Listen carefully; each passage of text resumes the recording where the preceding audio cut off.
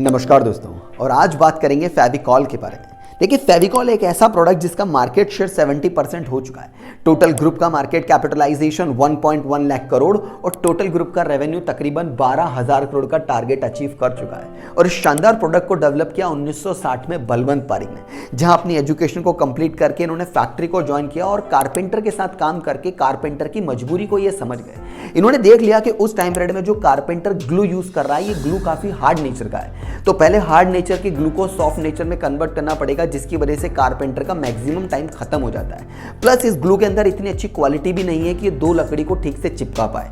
तीसरी प्रॉब्लम, इस ग्लू के अंदर एनिमल फैट को यूज किया जा रहा है, जिसकी वजह से कारपेंटर को यूज करने में प्रॉब्लम है। लेकिन उस टाइम पीरियड में ग्लू का कोई ऑल्टरनेटिव भी नहीं है, इसलिए कारपेंटर की मजबूरी थी उस एनिमल फैट वाले ग्लू को यूज करने के लिए। और चौथी सबसे बड़ी प्रॉब्लम, उस ग्लू के अंदर काफी स्मेल आती थी, जिसकी वजह से कारपेंटर लंबे टाइम पीरियड तक उस ग्लू को यूज नहीं कर सकते थे। बहरहाल अगर प्रोडक्ट बना भी लिया तो जो क्लाइंट उस प्रोडक्ट को यूज कर रहा है उसे भी वो स्मेल आती थी। और ये सारी प्रॉब्लम बलवंत पारिक देख रहे थे। इन सारी प्रॉब्लम को देखते हुए उन्होंने कुछ रिसर्च करके एक सिंथेटिक ग्लू बनाया, जिसका नाम रखा फेविकॉल। और बलवंत पारिक के इस ग्लू के अंदर वो सारी क्वालिटीज डाली गई जो पहले वाले ग्लू के अंदर नहीं थी। फॉर एग्जाम्पल, पहले वाला ग्लू काफी हार्ड नेचर का था, तो उस हार्ड नेचर को सॉफ्ट नेचर में कन्वर्ट करने में कारपेंटर का टाइम वेस्ट हो रहा था। लेकिन बलवंत पारिक के ग्लू फेविकॉल को शुरुआत से ही सॉफ्ट नेचर का बनाया गया, ताकि कारपेंटर का समय बचाया जा सके। दूसरा, जो पहले वाला ग्लू था उसके अंदर क्वालिटी बेकार थी, वो लकड़ियों को ठीक से चिपका नहीं पा रहा था। लेकिन बलवंत पारिक का ग्लू फेविकॉल काफी अच्छी क्वालिटी का बनाया गया, जो लकड़ियों को काफी स्ट्रॉन्ग लेवल तक बॉन्डिंग दे रहा था। पहले वाले ग्लू के अंदर एनिमल फैट को यूज किया गया था, जिसे कारपेंटर को यूज करने में प्रॉब्लम आ रही थी। लेकिन बलवंत पारिक ने जो ग्लू फेविकॉल बनाया था उसके अंदर एनिमल फैट को यूज नहीं किया गया था, जिसे यूज करने में कारपेंटर को प्रॉब्लम भी नहीं आ रही थी। पहले वाले ग्लू के अंदर काफी स्मेल थी, जिसे लंबे टाइम पीरियड तक कारपेंटर यूज करने में अवॉइड कर रहे थे। लेकिन बलवंत पारिक के ग्लू फेविकॉल के अंदर एक अच्छी खासी फ्रेग्रेंस को इन्वॉल्व किया गया था, जिसे यूज करने से कारपेंटर को प्रॉब्लम नहीं आ रही थी। और इन्हीं शानदार क्वालिटीज की वजह से बलवंत पारिक का ग्लू फेविकॉल सारे कारपेंटर की पहली चॉइस बन गया। और बलवंत पारिक ने भी इन्हीं कारपेंटर को अपना पहला इनिशियल लेवल का क्लाइंट बना लिया।